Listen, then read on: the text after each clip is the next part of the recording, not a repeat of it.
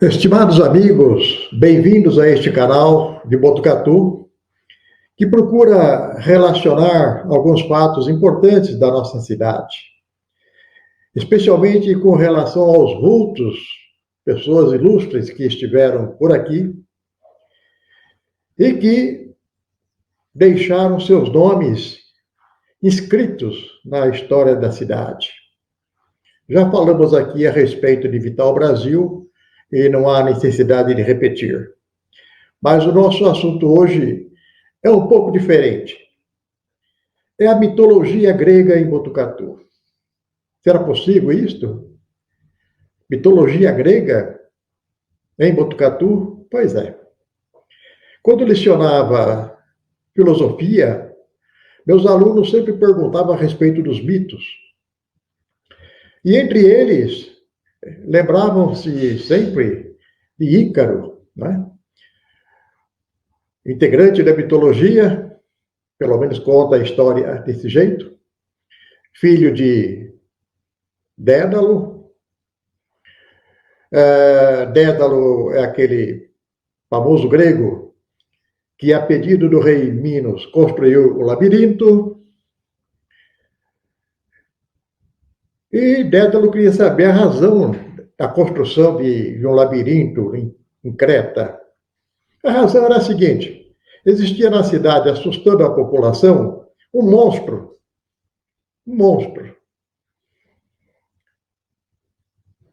cujo nome era Minotauro, metade homem, metade boi. Era um boi branco. E esse bicho aterrorizava a cidade, aterrorizava os moradores. E o rei teve que tomar uma providência. Então, convocou à sua presença esse homem que sabia de tudo, era de uma inteligência privilegiada, e pediu a ele que construísse, então, o labirinto. Ele queria prender no labirinto o monstro chamado Minotauro. Dédalo atendeu o pedido, construiu lá um labirinto todo cheio de história, e Minos aprisionou o touro lá. Tendo sido aprisionado, a cidade respirou tranquila. Mas mesmo assim, na cidade de Atenas existia um moço chamado Teseu. E o Teseu, preocupado com aquela situação, porque as cidades eram assim distantes, mas preocupadas uma com a outra por causa do tal monstro, Teseu sai de Atenas e vai para Creta. Lá em Creta, sabendo que o Minotauro estava aprisionado lá no labirinto, ele resolve dar fim ao monstro. Para penetrar no labirinto, ele vai deixando marquinhas ao longo da sua entrada, e curvas aqui, curvas ali. Encontrou-se com o Minotauro. Através da espada, ele matou o monstro. Tendo provado a sua força, a sua competência, a sua capacidade, ele se retira do labirinto por aquele caminho que ele havia previamente anotado em algum lugar. Através de folhinhas, através de papeizinhos, coisas desse tipo. Ele sai do labirinto, apresenta-se ao rei e diz: Minos, Minotauro já era. Foi bom. De qualquer forma, foi bom. Acontece que com a chegada desse Teseu e fazendo o que ele fez, em Creta ele tornou-se muito popular como um herói grego. E disso não gostou o tal de rei. A fama adquirida por ter liquidado o Minotauro deu a Teseu uma fama muito grande em toda a região da Grécia. Minos desconfiou que Dédalo havia orientado Teseu para isso. Como sair. E nessa situação de dúvidas, ele pediu e determinou o aprisionamento de Dédalo e de seu filho Ícaro. Ambos foram aprisionados. Dédalo, como disse no início, era uma pessoa extremamente inteligente, competente. E Dédalo, aprisionado lá com seu filho, imaginou uma saída. E a saída seria através de asas. Ele tinha lá um bom estoque de penas de pássaros. As abelhas faziam lá naquele tipo alecrim, faziam um tal de cera. Ele, aproveitando-se das penas e da cera, ele elaborou uma asa para ele e uma asa para Ícaro. E desta forma, com as asas prontas, ele chama o filho e diz: olha, quando nós sairmos daqui, eu vou para Sicília. E você, por favor, se mantenha em nível de voo, que não chegue perto do sol, porque pode derreter a cera. Mas não chegue também muito próximo do mar, que ele poderá atraí-lo. E desta forma, passados alguns dias, ambos levantam voo daquele local. Dédalo foi embora para a Sicília. Ícaro não obedeceu ao pai.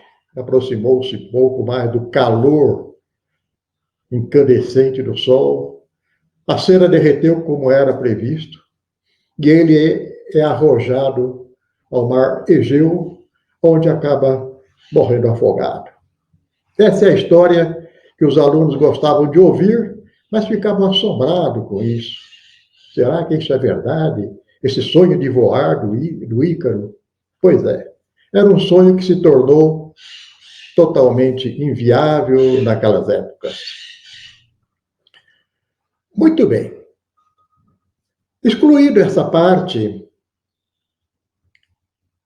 nós vemos aqui na história brasileira, 1709, para ser mais correto, a existência de um cidadão chamado Bartolomeu Lourenço de Gusmão. Bartolomeu Gusmão era jesuíta e era também um desses homens de uma inteligência rara. E ele tinha, nos seus pensamentos, o sonho de Ícaro. Ele também gostaria de voar. Tanto gostaria que, nas suas invenções, aqui no Brasil, ele inventa realmente o balão. Né? Esse balão que nós encontramos, de vez por outra, aí na cidade de Sorocaba, Quadra, por aí. Esse balão, aos fins de semana, é passeio turístico. Perigoso, mas é um passeio turístico. Pouca gente sabe que é invenção de um brasileiro. Esse brasileiro, ele era nascido em Santos, Baixada Santista. Como jesuíta, a partir do momento que ele demonstrou que o balão era viável, o balão aquecido, podia flutuar, ele foi chamado de padre voador. Feliz da vida, ele vai para Portugal exibir para a corte portuguesa da época, exibe ao rei Dom João V a sua experiência. Dom João V manda reunir lá no palácio toda a elite, a fidalguia, reis, rainhas, ducados, duques e gaspones também tinha por lá. E esse pessoal reunido num grande salão recebem a visita de Bartolomeu de Gusmão e ele faz a sua demonstração, infelizmente, em um lugar de pouco espaço. A verdade é que o balão aquecido ergueu, andou mais ou menos uns 50 metros e desceu. Mas foi o suficiente para o feito ser considerado inédito. E Bartolomeu de Gusmão, então, ficou muito feliz com isso. Não retorna ao Brasil, ele vai para a Espanha. Vai para a Espanha e lá ele também faz novas demonstrações dessa sua arte. Mas Bartolomeu de Gusmão, ele morre muito cedo. Aos 38 anos, ele acaba falecendo. E em 2004, os seus restos mortais vieram aqui para a Catedral da Sé, em São Paulo. Tanto é que está depositado lá na Catedral da Sé os restos mortais de Bartolomeu de Gusmão. Nós passamos tanto ali por perto da Praça da Sé e nem nos tocamos disso. Mas ali está o homem que sonhou aquilo que o sonho de Ícaro existiu no tempo da Grécia. Bartolomeu de Gusmão também foi o inventor de uma coisa hoje muito comum nas construções, a bomba injetora de água. O seminário dos jesuítas lá em Santos era no alto de um morro qualquer lá. Se bem que lá em Petrópolis também existia. Mas ele construiu essa bomba que levava a água da região mais ou menos plana para as alturas do prédio onde estava situado o seminário. É concedida a ele também a primazia desta construção, desta invenção. Passado mais alguns anos, 1873, nasce na cidade de Palmira, em Minas Gerais, um mocinho chamado Alberto Santos Dumont.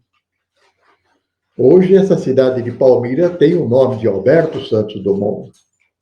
Falar sobre esta figura brasileira é bastante interessante, porque aquele sonho de Ícaro que passou pela cabeça de Bartolomeu de Gusmão chegou também, o mesmo sonho, a este brasileiro. A criatividade, a engenhosidade, a competência, a confecção de inventos, nisso Santos Dumont era campeão. Ele construiu balões, ele construiu dirigíveis, ele construiu ultraleves, ele construiu o avião. Ora, era o sonho máximo do Ícaro. Alberto Santos Dumont, então, nas suas invenções, ele estava trabalhando e estudando lá em Paris, ele convence a sociedade parisiense de que o engenho, mais pesado que o ar, poderia sobrevoar a Torre Eiffel, o Campo de Bagatelle, e o povo acreditou na sua ideia. E ele construiu uma engenhoca, vamos chamar assim, chamada avião, que era o 14 bis, famosíssimo no mundo todo. E o 14 bis, no ano de 1906, realmente na Praça de Bagatelle, Santos Dumont percorre, flutuando, 250 metros. Ao descer aquele aparelho, o povo ficou realmente surpreendido. Surpreendido exatamente pela invencionice de um brasileiro e que deu certo. Ora, estava ali a concretização do sonho de Ícaro. Santos Dumont, após essa grande experiência e grande exibição, ele retorna ao Brasil e vem morar em Guarujá, ali nas proximidades de Santos. Ele, feliz com a sua invenção, vivia tranquilo. Mas eis que, em 1932, irrompe no estado de São Paulo a famosa Revolução Paulista de 32. No dia 9 de julho, que já falamos sobre isso. Santos Dumont, em Guarujá, observa, no dia 23 de julho de 1932, 12, 13, 15 dias depois de estourar em São Paulo a Revolução, aviões do governo federal bombardearam São Paulo e algumas regiões da Grande São Paulo. Santos Dumont observava aquilo e isso deixou ele muito muito desolado, tristonho. Afinal, o invento que ele havia dado tanto força e que estava realmente no mundo, já todo mundo aclamando ele como o pai da aviação. Ele assiste aqueles bombardeios, e fica deprimido. No hotel em que ele estava hospedado, ele vai ao banheiro e se enforca. Alberto Santos Dumont não resistiu a assistir aquele desastre que foi o bombardeio de alguns locais de São Paulo. E justamente com o avião que ele havia idealizado e colocado em funcionamento. Esta é a história que começa com Ícaro, passa por Bartolomeu e chega em Alberto Santos Dumont. Vamos tratar agora o que Botucatu tem com isso. O que é que Botucatu tem com a mitologia grega? O que é que Botucatu tem com Bartolomeu? O que é que Botucatu tem com Santos Dumont? Vamos tratar disto a partir de agora. Em Botucatu foi plenamente realizado. Nós conhecemos a situação de Alberto Santos Dumont, trazemos para Botucatu a mitologia e começamos da seguinte forma a entender esse aspecto, esse fenômeno. Porque foi possível, sim, em Botucatu, o sonho de Ícaro. E sonho de Alberto Santos Dumont. O pai da aviação, somado a Osiris Silva, criador da Embraer, somados com Casimiro Montenegro Filho, criador do ITA e do CTA, Instituto Tecnológico de Aeronáutica, e esses três homens, no dizer do biógrafo de Osiris Silva, que é o Dr. Décio Josué Antônio Fischetti, compõem a Santíssima Trindade da Aeronáutica: Santos Dumont, Osiris Silva e Casimiro Montenegro Filho. Eles compõem aquilo que é de mais alto dentro da hierarquia da aeronáutica brasileira. Eu digo até que aqui em Botucatu, a pessoa de Antônio Araújo Azevedo, que era um engenheiro que trabalhava nesta cidade, ele tinha um barracão lá nos altos da Vila dos Lavradores. Ele empreitava conserto de máquinas, as grandes máquinas das empresas de terraplanagem aqui da nossa região.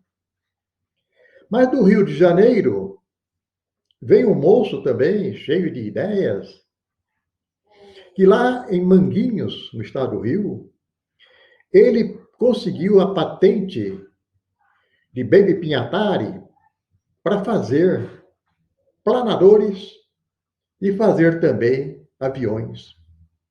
Ele vem para Botucatu. José Carlos de Barros Neiva vem para Botucatu. Aqui, associado a Antônio Azevedo, que já possuía um barracão, eles entram em negociação para criar a indústria aeronáutica Neiva, 1954. Ambos com as mesmas ideias de fazer aqui em Botucatu o avião, e o avião que voa. Esses dois senhores, que pouca gente ouve falar deles, mas eles trouxeram aqui a realização do mito de Ícaro. Eles trouxeram para cá. Nesse barracão da Vila dos Lavradores, eles passam a construir aquilo que se chamou o avião Paulistinha. Então, a Vila dos Lavradores foi o local onde a indústria aeronáutica Neiva, estabelecida agora como empresa, passou então a fazer este projeto funcionar. Qual seja, construir aviões.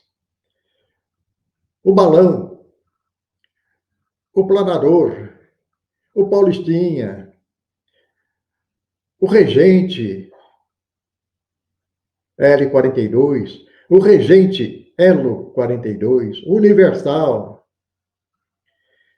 Essa produção de aviões nesta cidade fez com que São José dos Campos, que era a sede da Embraer, que era a sede também do ITA e do CTA, Centro Tecnológico Aeroespacial, também fundado por Casimiro, eles enxergam em Botucatu a possibilidade da construção desses pequenos aviões e entram em negociação comercial com os diretores da Neiva, Antônio Araújo e mais o José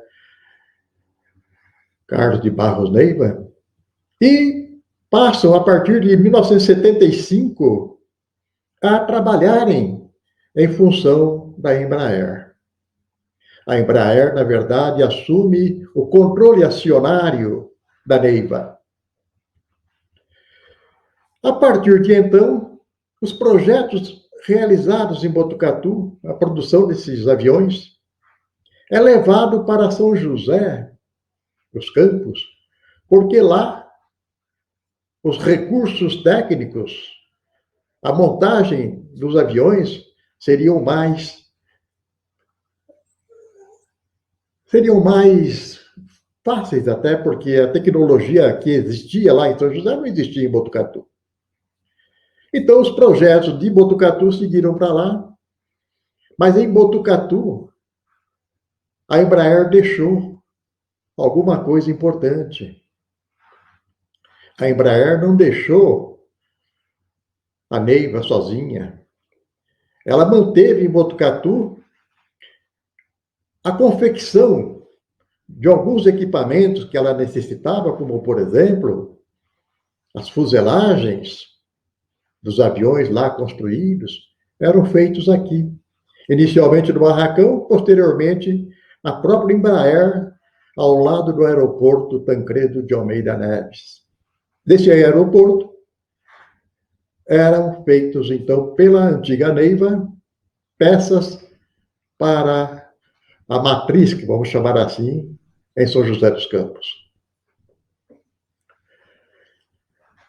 Ou seja, realmente, descoberto em Botucatu o sonho da aviação, a associação da Embraer com a Neiva foi o que era necessário para o grande desenvolvimento da aviação brasileira.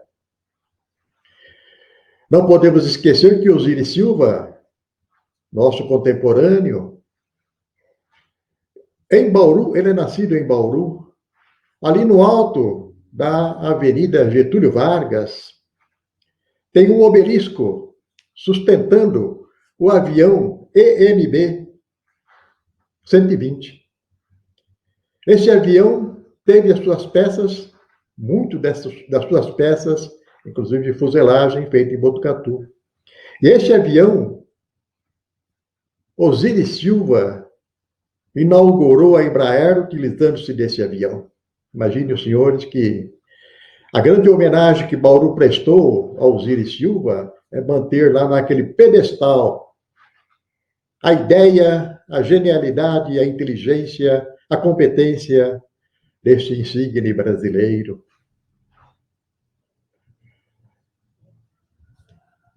Em São José dos Campos também foi criado o Instituto Embraer de Educação e Pesquisa. Instituto Embraer de Educação e Pesquisa. Em março de 2012, vejam, 8 anos atrás. E esse instituto anunciou para Botucatu a criação de uma escola modelo, com investimentos mais ou menos de 5 milhões de reais, uma capacidade para 360 jovens egressos do ensino médio, ou em idade para o ensino médio. em uma área doada pela Prefeitura Municipal. O Instituto Embraer de Educação estabeleceu-se em Botucatu através dessa escola.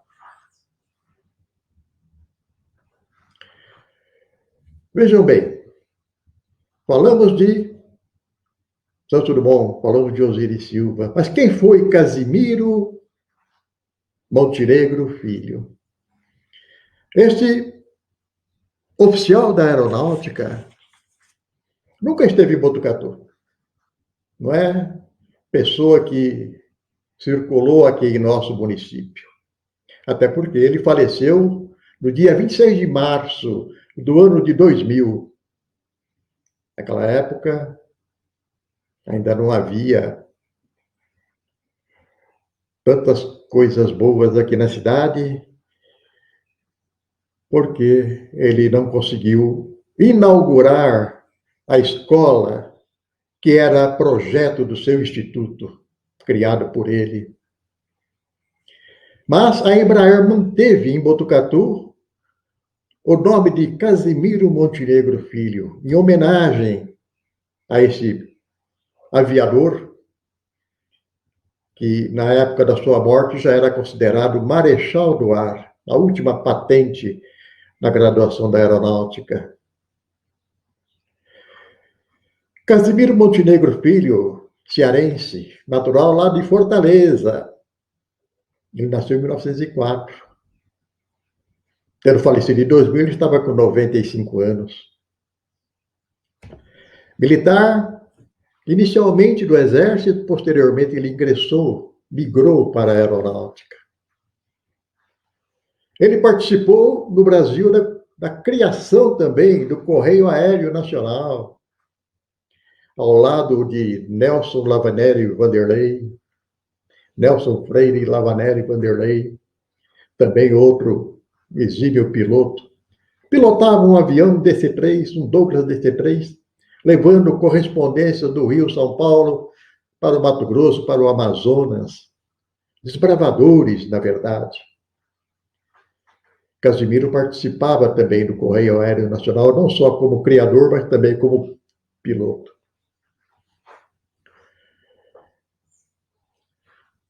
Casimiro Montenegro Filho, repete-se o nome deste homem para que não seja esquecido. Ele está consagrado nessa escola modelo de Botucatu. Consagrado. Portanto, ele tem no seu imenso currículo de militar aeronáutico, ele tem o título de doutor honoris causa pela Universidade Estadual de Campinas. Ele recebeu também méritos, medalhas de mérito, o Prêmio Anísio Teixeira. Anísio Teixeira foi um educador muito conhecido no Brasil, foi ministro. Anísio Teixeira, a instituição Anísio Teixeira concedeu a ele a medalha de mérito por tanto que ele fez em favor da educação, não só em São José dos Campos, como também na própria cidade aqui de Botucatu. Recebeu a medalha do mérito industrial, medalha do mérito Santos Dumont, medalha da abolição. Tendo falecido no dia 26 de fevereiro do ano de 2000, ele foi sepultado com honras militares na cripta dos aviadores do Rio de Janeiro. Então, estimados amigos, pacientes, ouvintes, não vamos nos esquecer dessas figuras humanas de alta qualidade profissional, intelectual, e que deixaram seus nomes em Botucatu. Alguns dias atrás eu falei de Vital Brasil, que passou 2 anos aqui, e em 2 anos ele se tornou mundialmente conhecido pela descoberta do soro antiofídico. Osiris Silva e Casimiro Montenegro Filho também deixaram e deixam, como é o caso de Osiris, que é o nosso contemporâneo, mas Casimiro deixou seu nome consagrado na escola, modelo. Então, para encerrar, eu diria aos senhores, eu particularmente não acredito muito no folclore botucatuense que fala da existência do Saci, embora não ignore a existência da confraria do Saci. Mas acontece que o Saci eu nunca vi. Consequentemente, se eu nunca vi, eu não posso acreditar. Mas o sonho de Ícaro em Botucatu tornou-se realidade. Com a Neiva, com a Embraer. Portanto, esse sonho de Ícaro, eu acredito. Muito obrigado pelas atenções, pela paciência. E até qualquer momento voltamos a conversar.